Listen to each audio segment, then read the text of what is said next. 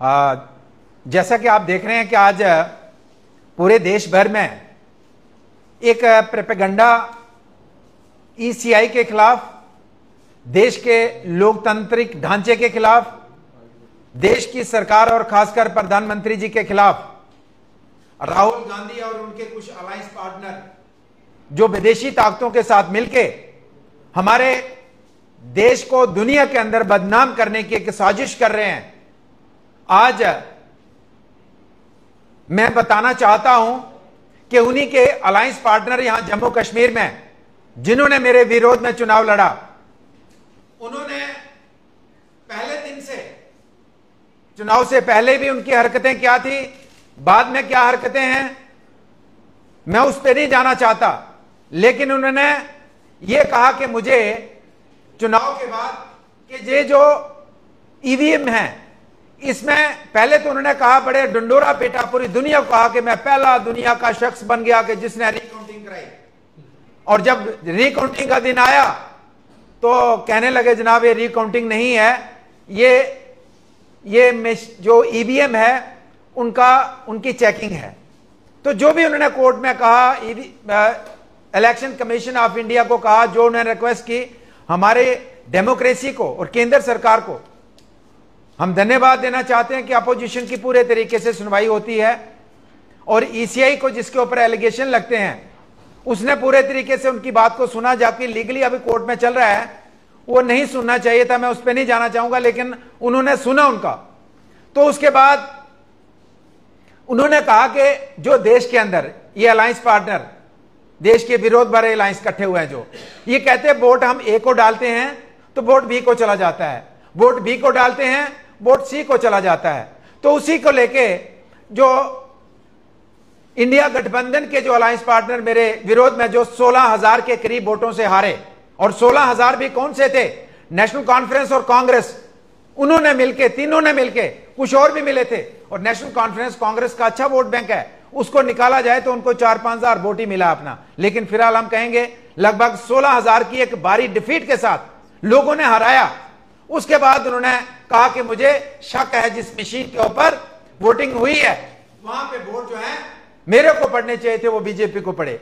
तो मैं ये बताना चाहता हूं कि जिस तरीके का प्रोपेगेंडा वो इंडिया गठबंधन के साथ मिलके हमारे ईसीआई के खिलाफ लड़ रहे हैं। तो 3 पोलिंग स्टेशन की उन्होंने बात करी थी, तो उनमें से एक पोलिंग स्टेशन आता है सीरियल नंबर 12, और ये सीरियल नंबर 12, ये देखिए, इस पोलिंग स्टेशन में उन्होंने लगभग उन ईवीएम में 852 वोट डाल के ये चेक किया कि ए वाला वोट ए को जाता है या बी को तो नहीं जाता, बी वाला बी को जाता है, सी को तो नहीं जाता।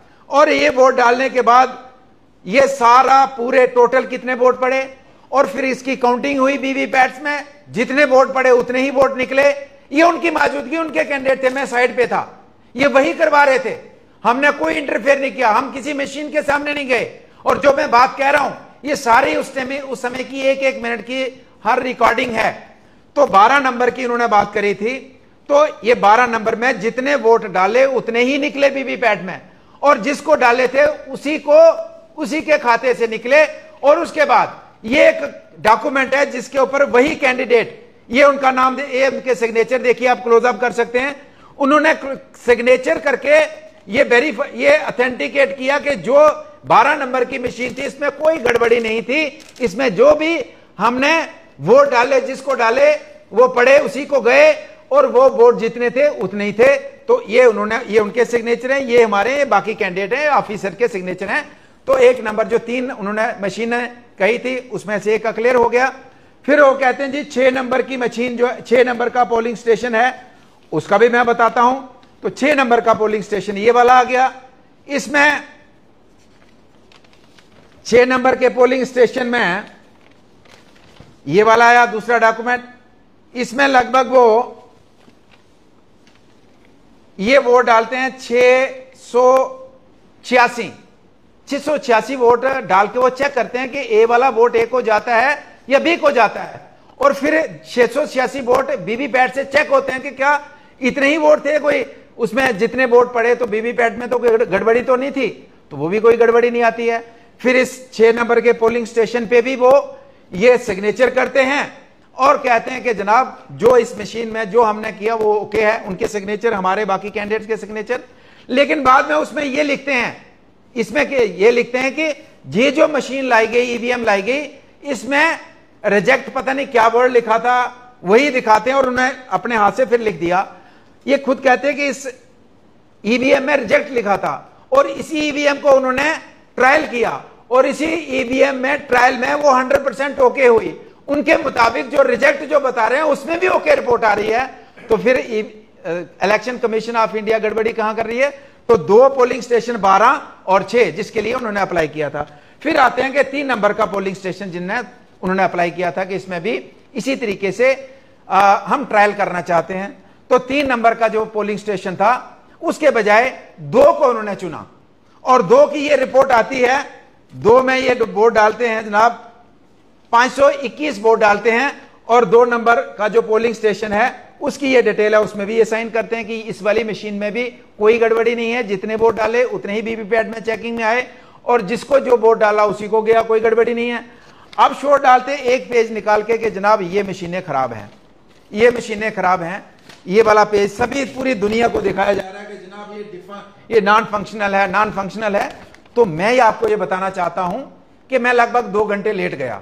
मैंने कहा मेरा काम नहीं है, उनको शक है वो दूर करें मुझे हालांकि मुझे बुलाया था, आप भी अपने लोगों को लाइए।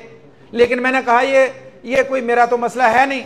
लेकिन 2 घंटे में मुझे पता लगा कि अंदर गुंडागर्दी चल रही है और जो इंजीनियर आए उनके ऊपर दबाव बना के जबरदस्ती मशीनों को यह कहा जा रहा है कि इसको रेड फ्लैग लगा के इसको नॉन फंक्शनल बताइए। और उस गुंडागर्दी की पूरी तस्वीरें उसमें मौजूद हैं और यह भी आने वाले समय में ये पूरा रिकॉर्डिंग है, यह भी बताया जाएगा। और मैं ईसीआई को कहना चाहता हूं कि इस तरीके की गुंडागर्दी करने वाले लोग जो आपकी बात भी नहीं मानते, उनके ऊपर कम से कम रिस्ट्रिक्शन होनी चाहिए कि वो चुनाव न लड़ पाएं। और मैं इनकी बात नहीं है, जो भी करता है। और मैं ये कहना चाहूंगा कि ठीक है, उन्होंने कहा कि पहली मशीन का जो उन्होंने कहा कि उसमें क्लॉक एरर आया, तो उसमें जो उन्होंने लिख के लाया था उसमें जो एसओपीज थे, उन्होंने कहा कि किसी मशीन में कोई अगर क्लॉक एरर आता है तो आप दूसरी मशीन ले सकते हैं। तो आप उठ के बाहर आ जाना चाहिए था, आपने कहना था मुझे दूसरी भी नहीं चाहिए। आपने जबरदस्ती दूसरी भी मंगाई, तीसरी भी जबरदस्ती आपने कहा कि रिजेक्ट है, चौथी भी रिजेक्ट कराने की बात कर रहे थे। लेकिन मैं पहुंच गया और जब मैं पहुंचा तो पहली की भी काउंटिंग बराबर आई। फिर मैंने जाते ही कहा, उसकी रिकॉर्डिंग भी वहां होगी, मैंने कहा भाई साहब मुझे पता चला है यहां पे गुंडागर्दी दिखाई जा रही है, यहां पे दबाव बना के हमारे इंजीनियर को प्रेशराइज किया जा रहा है कि आप रेड फ्लैग लगाइए और यहां गुंडागर्दी नहीं चलेगी और कोई भी व्यक्ति यहां पे दबाव में ना काम करेगा ना दबाव कोई बनाएगा। बस इतनी सी बात कहनी थी। उसके बाद वो सारी काउंटिंग हुई, कोई रेड फ्लैग नहीं, कोई मशीनों में गड़बड़ी।